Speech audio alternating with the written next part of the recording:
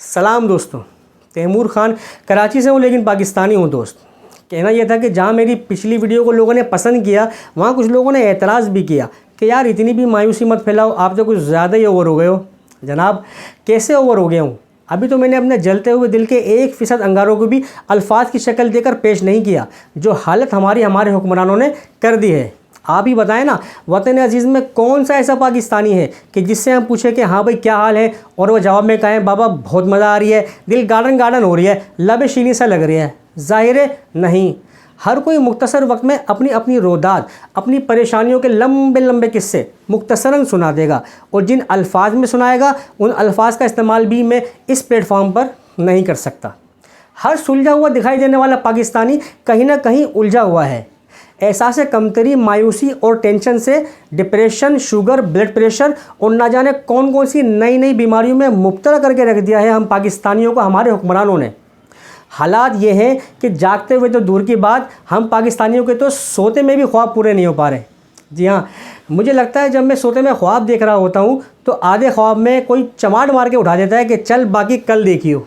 वो कहते हैं ना, पैसा आने जाने वाली चीज़ है, हम पाकिस्तानियों का सिर्फ जाए चला जा रहा है, जाए चला जा रहा है।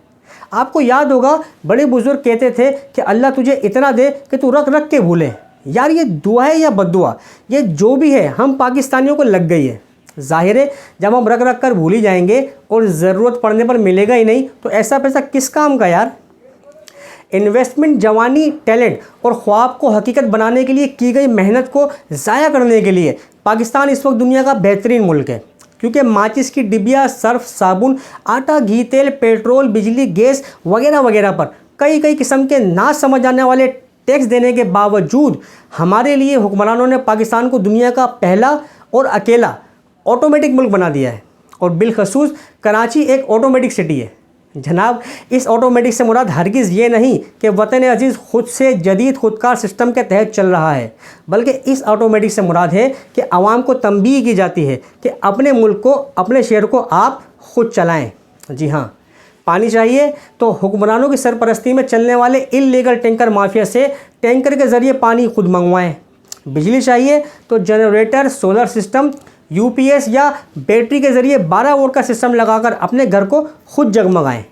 गैस की ज़रूरत हो तो घरेलू सार्फिन की ज़रूरत को पूरा ना करने वाली गैस कंपनियों से ही महंगे दामों गैस के सिलेंडर और महंगी गैस खरीदकर अपने घर का चूल्हा जलाएं। अपने वालिदैन, बहन भाई, बीवी बच्चों की जान, माल, इज़्ज़त और आबरू की हिफाजत भी खुद करें, कहीं लुट ना जाएं। इस रिस्क को कम करने के लिए पूरा महीना जान तोड़ मेहनत के बाद मिलने वाली तनख्वाह को 2 से 3 हिस्सों में तकसीम करके घर लाकर अपनी तनख्वाह की हिफाजत भी खुद करें।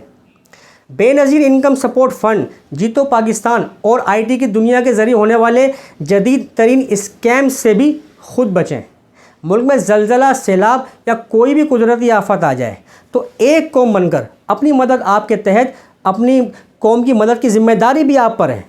महंगा मोबाइल है तो मोबाइल की हिफाजत करें, बाइक है तो बाइक की हिफाजत करें, रात को उठ कर निगरानी करें कि कहीं कोई बाइक में से पेट्रोल तो चोरी नहीं कर रहा, कार है तो कार की हिफाजत करें कि कहीं कार के कोई शीशे तो नहीं चुरा रहा, कोई बैटरी तो नहीं चुरा रहा कार की। गैस के महंगे बिल अदा करने के साथ साथ गैस के मीटर की निगरानी भी आप ही पर वाजिब है कि कहीं चोरी ना हो जाए।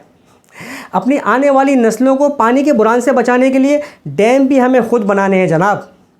हमारे मुल्क बिलखसूस कराची शहर में खस्ता हाल रोड और टूटी फूटी गलियां तो हैं, लेकिन स्ट्रीट लाइट्स नाम की कोई चीज़ नहीं है।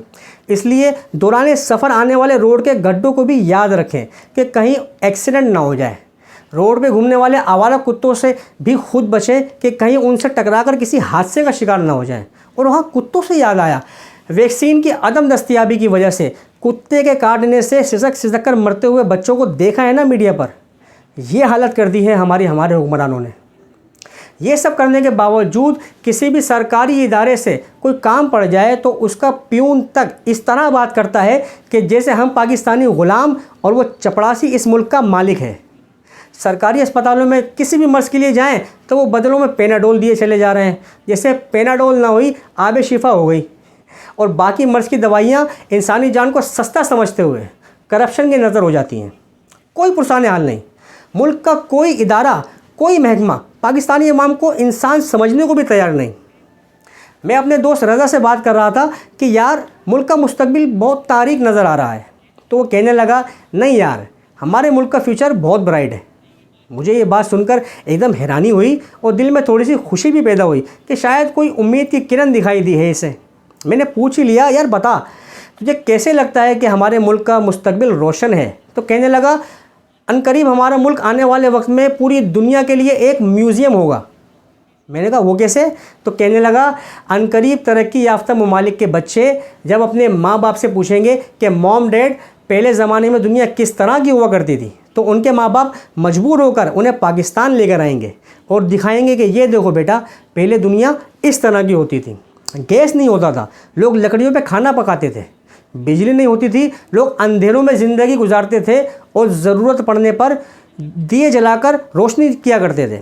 पीने का साफ़ पानी घरों में मैसर नहीं हुआ करता था, लोग दूर दराज से पानी भर कर लाया करते थे। अपनी बात मुकम्मल करते हुए रज़ा ने कहा कि सोचो, दुनिया के वाहिद बगैर बिजली, बगैर गैस, बगैर पानी के अंधेरे में डूबे हुए हमारे मुल्क को देखने के लिए दूसरे ममालिक से लोग आएंगे, तो हमारे मुल्क के रेवेन्यू को, सयाहत को कितना फ़ायदा होगा, हमारे मुल्क के ख़जाने में कितना पैसा आया करेगा। मैं समझ गया ये तनकीद कर रहा है, फिर भी मैंने जवाबन कहा कि जब इतना पैसा आएगा तो उन पैसों से तो हम अपने मुल्क के तमाम मसाइल हल कर लेंगे। कहने लगा, नहीं बोले बादशाह, वो सारा का सारा पैसा उस वक्त के सियासतदान अपने बुज़ुर्ग सियासतदानों के नक्शे कदम पर चलते हुए हमेशा की तरह करप्शन के ज़रिए दूसरे तरक्की याफ्ता ममालिक ले जाएंगे और वहाँ पर अपने बच्चों को बेहतरीन तालीम दिलवाएंगे, अपने बच्चों के नाम पर बड़े बड़े कारोबार करेंगे, अपने लिए बड़े बड़े महंगे महंगे घर, बंगले, महलात ख़रीदेंगे। यानी वतन अज़ीज़ का पैसा दूसरे ममालिक में ले जाकर अपना और अपने बच्चों का मुस्तकबिल बनाएंगे और पूरे पाकिस्तान को मोहनजोदड़ो, मकली और हड़प्पा में तब्दील करते चले जाएंगे। बातें बहुत हैं, वक्त कम है, सेहत और ज़िंदगी ने इजाज़त दी तो फिर बात करेंगे। अगर मेरी बातों ने आपके दिलो दिमाग पर ठक ठक की हो तो अपना समझकर चैनल को सब्सक्राइब कर दें, वीडियो को लाइक कर दें और घंटी के बटन को दबाना मत भूलिएगा, क्योंकि कराची से हूँ लेकिन पाकिस्तानी हूँ दोस्त।